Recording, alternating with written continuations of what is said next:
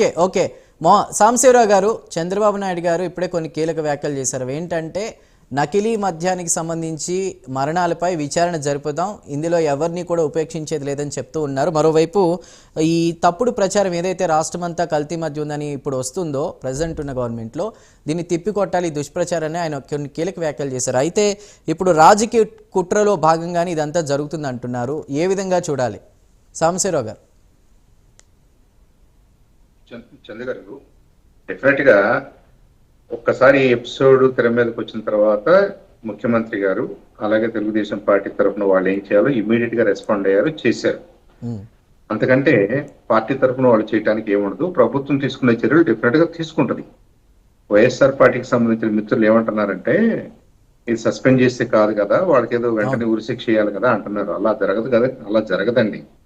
దానికి కావాల్సిన ఆధారాలు ఉండాలి, దాని కేసు పెడతారు, దాన్ని కోర్టుకు అప్పచెప్తారు, కోర్టులో ఏం తేలాలో తేలుతాయి. మనం అంటుంది ఏంటంటే కనీసం ఈ పార్టీ రెస్పాన్స్ కూడా జగన్మోహన్ రెడ్డి గారి టైంలో ఉండేది కాదు. అది మీకు తెలుసు కదా. మీరు సెలెక్టివ్ గా విని మళ్ళీ నా పేరుని పదే పదే కోట్ చేస్తున్నారు. నేను జగన్మోహన్ రెడ్డి గారి టైంలో everything was clean and green అని నేను అంటలేదు. ఆ రోజున జరిగిందని మనం ఆ రోజున ఇంతగా గొడవ చేశాం కాబట్టి మన మీద ఎక్కువ రెస్పాన్సిబిలిటీ ఉందన్నది, నేను నా మీద ఎక్కువ రెస్పాన్సిబిలిటీ ఉందని కూడా నేను ఒప్పుకున్నాను. అది ఒప్పుకుంటూ చంద్రబాబు నాయుడు గారు ఎవరిని ఉపేక్షించకుండా వెంటనే యాక్షన్ లోకి దిగారు. ఇలాంటిది ఎక్కడన్నా జరిగితే అది ఏ మూలలో జరిగినా, సెంటర్లో జరిగినా, పక్కన జరిగినా కానీ దాన్ని వెంటనే పట్టుకుంటారు, దాన్ని డెఫినెట్ గా ఇన్వెస్టిగేట్ చేస్తారు, బాధ్యులకి శిక్ష పడేలాగా చూస్తారు. ఇదంతా జరుగుతూ ఉంటది. ఇది జరుగుతుంది, ఇది జరగాలి అని మనం ఏం కోరుకుంటున్నామో చంద్రబాబు నాయుడు గారు కూడా, ముఖ్యమంత్రి గారు కూడా అదే కోరుకుంటున్నారు.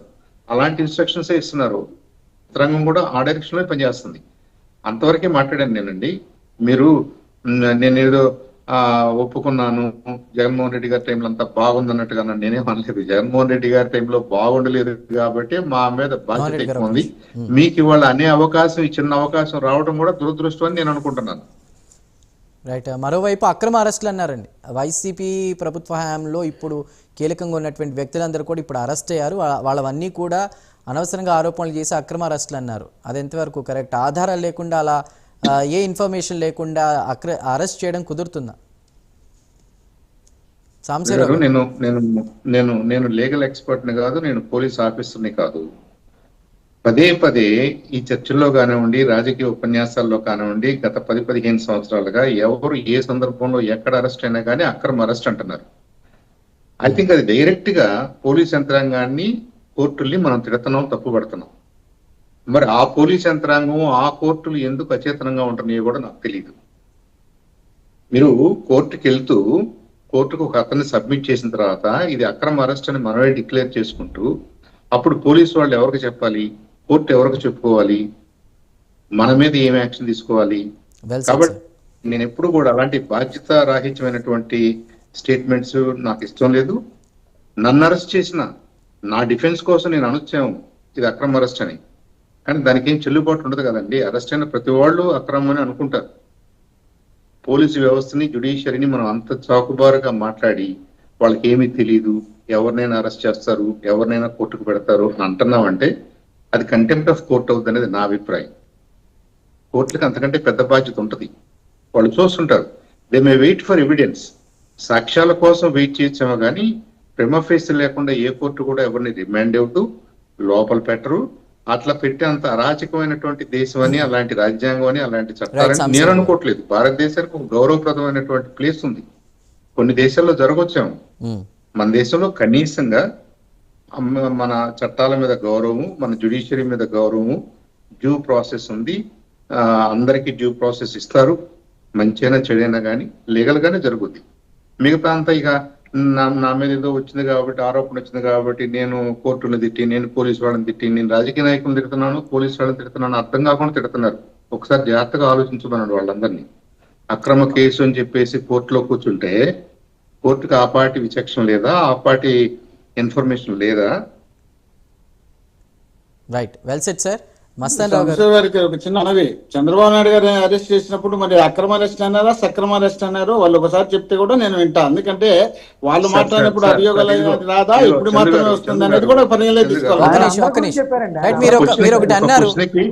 ఒక క్వశ్చన్ కి ఒక ఆబ్జెక్టివ్ ఆన్సర్ ఉంటుంది. మీరు అన్నారు కాబట్టి మేము అన్నాం కాబట్టి మీరు అన్నప్పుడు ఈ చర్చ కూడా అనవసరం మనకి. ఈ చర్చ కూడా ఇట్స్ ఆఫ్ నో గుడ్. నేనేమంటున్నాను, మనం కళ్ళ ముందు జరిగింది, ఎక్సైజ్ వాళ్ళు పట్టుకున్నారు, ఇది మనందరికీ ఇబ్బందికరం, దీని మూలాలు కనుక్కోవాలి, వాళ్ళని శిక్షించాలి. అది ప్రస్తుతం మన ముందు ఉన్నటువంటి బాధ్యత అని నేను కూటమి సభ్యుడిగా నేను మాట్లాడుతున్నాను. అవును. జగన్మోహన్ రెడ్డి గారు చేశాడు కూటమి సభ్యుడిగా కాబట్టి మాత్రమే మేము నేను వద్దనులే. చేయాలని కానీ కాదు. మిథున్ రెడ్డి గారికి కళ్ళ జగన్మోహన్ ముందర రెడ్డి గారు ఏం అక్రమ జరిగింది అనేది అరెస్టులు నేను కాబట్టి క్వశ్చన్. చంద్రబాబు నాయుడు గారు మిథున్ రెడ్డి గారికి కళ్ళ ముందర ఏం అక్రమ జరిగింది ఆయన అరెస్టులు అరెస్ట్ చేసినారు. ఈ అక్రమ అరెస్టులు అనే విషయాలు గోవిందప్ప మాట్లాడేటప్పుడు బాలాజీ నా గారికి వరకు ఏమి నేను కళ్ళ ముందర కనపడింటే I అరెస్ట్ don't want చేసినారు. to comment కేవలం అని జగన్మోహన్ రెడ్డి చెప్తున్నాను. గారితో దగ్గరగా ఉండాలనే ఎందుకంటే ఆ ఉద్దేశంలో మాట భాగంగా ఆ అరెస్ట్ మాట చేసినారు ఎందుకో తప్ప పోలీస్ వ్యవస్థని, వీళ్ళు చట్టాలని, ఎక్కడన్నా అభియోగాలు జ్యుడిషియరీని మోపుతున్నారా? ఇట్లా మనం డంపింగ్లు పిచ్చిపట్టినట్టుగా ఎక్కడన్నా నాకు అనిపిస్తుంది. దొరికినాయా? ఇక్కడ Please, please కుటీర అండి. పరిశ్రమలు ఎక్కడన్నా మోహన్ రెడ్డి గారు, దొరికినాయా? మోహన్ రెడ్డి గారు కుటీర ప్యానెల్లో మిగతా పరిశ్రమలు సభ్యులు కూడా ఎవరైనా ఉన్నారు. ట్రాన్సాక్షన్స్ సార్, తీసుకొని మనం రాష్ట్రం ఒక్క మొత్తం మాట్లాడేటప్పుడు ఒక్క నిమిషం.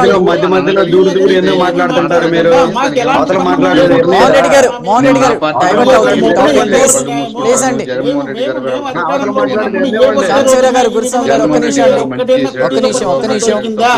దీన్ని ఒక్క నిమిషం అండి. ఒక్కొక్క ప్రాంతాన్ని పంచుకొని రాష్ట్రం మొత్తం డిస్ట్రిబ్యూషన్ చేసి వీళ్ళకి కావాల్సినటువంటి జోకులు నింపుకొని ప్రజల పాలన ఒక్క నిమిషం, ఒక్క నిమిషం. ఆడుకుంటున్నటువంటి మోహన్ రెడ్డి గారు, మీరన్న విషయానికే వస్తాను.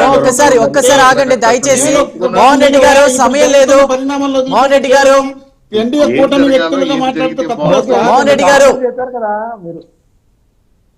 రైట్ మస్తాన్ గారు, మీరు చెప్పండి. ఇందాక మోహన్ రెడ్డి గారు అన్నట్టు అమెరికాలో అక్టోబర్ 27 నుంచి జరగబోయే ఐక్యరాజ్య సమితి సర్వసభ్య సమావేశానికి 16 మంది సభ్యుల భారత బృందంతో మిథున్ రెడ్డి గారు వెళ్తున్నారు సంథింగ్ ఏదో. అది దానికి సెలక్షన్ ప్రాసెస్లో కూడా ఆరోపణలు ఎదుర్కొని 3,570 కోట్ల లిక్కర్ స్కామ్లో ఆరోపణలు ఎదుర్కొని అరెస్ట్ అయి బయటకు వచ్చిన వ్యక్తిని పంపడం ఏంటి, జనసేన కూటమిలో ఉన్నటువంటి వాళ్ళని కాకుండా అనేటువంటి క్వశ్చన్ ఒకటి. ప్రస్తుతం ఇప్పుడు జగన్మోహన్ రెడ్డి గారు చేస్తున్నటువంటి ఆరోపణల్లో వాస్తవం ఎంత, టీడీపీ వాదనలు అంటే కూటమి వాదనలు ఏ విధంగా చూడాలి ఇప్పుడు లిక్కర్ స్కామ్కి సంబంధించి ఫైనల్గా మీ కన్క్లూజన్ ఏంటి? సార్ ఒక్క సెకండ్ మోహన్ రెడ్డి గారు, నేను ఇందాక మీరు వాళ్ళకు అనుకూలం వీళ్ళకి అనుకూలం అందరితో మాట్లాడవాలి. నేను కూటమి సర్కారులో కల్తీ మద్యం మూలాలు కూడా బయట పెట్టాలని నేను ఇందాక అడిగాను, మీరు అది మర్చిపోయారు. ఒకటి మీరేమో అన్నిటికీ ఆన్సర్ చెప్పారు, కానీ జగన్మోహన్ రెడ్డి గారు ఓట్లు అడగటం ఎట్లా అంటే మద్య నిషేధం తర్వాత, దానికి మాత్రం ఆన్సర్ చెప్పలేదు నేను. మీరు ఒక్క క్వశ్చన్ కాదు, అది కూడా చెప్పండి. మిథున్ రెడ్డి గారిని ఇప్పుడు ఆ ఐక్యరాజ్య సమితికి సంబంధించి ఏంటంటే ఈ స్కామ్ బయటపడక ముందు అరెస్ట్ బయటపడక నిర్ణయం జరిగింది కాబట్టి అది ప్రాసెస్ లో ఉండొచ్చు అనేది అంటే వేరే వాళ్ళకి కూడా అవకాశం వేరే వాళ్ళకి కూడా అవకాశం ఒకవేళ ప్రతిపక్షాల నుంచి పంపించాలనుకుంటే వేరే వాళ్ళకి కూడా అవకాశం ఇవ్వచ్చు కదా మిథున్ రెడ్డి ఎందుకు అనేది. మోహన్ రెడ్డి గారు నేను మస్తాన్ గారిని కన్క్లూజన్ అడిగాను. మోహన్ రెడ్డి గారు దయచేసి ఉన్న సమయాన్ని వృధా చేయొద్దండి. మన ప్రజల్లో జరుగుతున్నటువంటి డిస్కషన్ గురించి మాట్లాడుకుందాం. మస్తాన్ గారిని నేను కన్క్లూజన్ అడిగాను. మోహన్ రెడ్డి గారు ప్లీజ్, మస్తాన్ గారు ప్లీజ్ చెప్పండి. సార్ ఇప్పుడు ఇదే సుప్రీంకోర్టు ఇదే హైకోర్టులు మిథున్ రెడ్డి గారు ముందస్తు బెయిల్ కోసం వెళ్తే ఇవ్వలేదు. ఇప్పుడు మరి వాటిని తప్పు పడతామా? లేకపోతే ఇప్పుడు జ్యోతి తిరుమయ్య గారు ఇచ్చారు కాబట్టి ఆమె కరెక్ట్ అంటారు మీరు? అది ఇంకా ఒక ప్రాసెస్. ఇందాక సాంబశివరావు గారు చెప్పినట్టు అక్రమ అరెస్టులు సక్రమ అరెస్టులు ఉండవు, ఒక అరెస్ట్ ఉంటుంది. అరెస్ట్ అనేది ఏంటంటే వాళ్ళ ముందు ప్రైమా ఫేసి ఏదైతే కనపడిందో కోర్టు టెక్నికాలిటీస్ చూస్తుంది, వాళ్ళ దగ్గర సాక్ష్యాధారాలను బట్టి వాళ్ళని అరెస్ట్ చేస్తుంది. అది చంద్రబాబు నాయుడు గారు కావచ్చు, లేకపోతే మీరు కావచ్చు, నేను కావచ్చు, ఇంకొకరు ఎవరైనా కావచ్చు, వాళ్ళ ముందు టెక్నికాలిటీస్ పోలీసులు చూపిస్తారన్నా. పోలీసులు చూపిస్తారు, పోలీసులు రాష్ట్ర ప్రభుత్వం చేతిలో ఉంటారు. మనం భజన రాష్ట్ర ప్రభుత్వం చేతిలో ఉంటారు.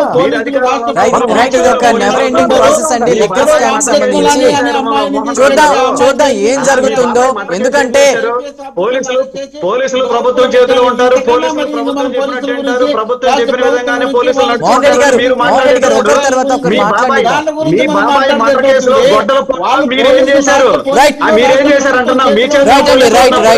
సాంబశివరావు గారు థ్యాంక్ యూ, మోహన్ రెడ్డి గారు థ్యాంక్ యూ, అదేవిధంగా బాలగురుస్వామి గారు థ్యాంక్ యూ, మస్తాన్ రావు గారు థ్యాంక్ యూ, అందరికి కూడా డిబేట్లో జాయిన్ అయినందుకు. ఏది ఏమైనా ఇందులో 812 నిందితుడు ఎవరైతే ఉన్నారో తెనాలికి సంబంధించిన శ్రీనివాసరావు, కొడాలి శ్రీనివాసరావు, అతనికి సంబంధించి కూడా వైసీపీ నేతలు కొంత అండగా ఉన్నారని తెలుస్తోంది. సో ఒకవేళ అతను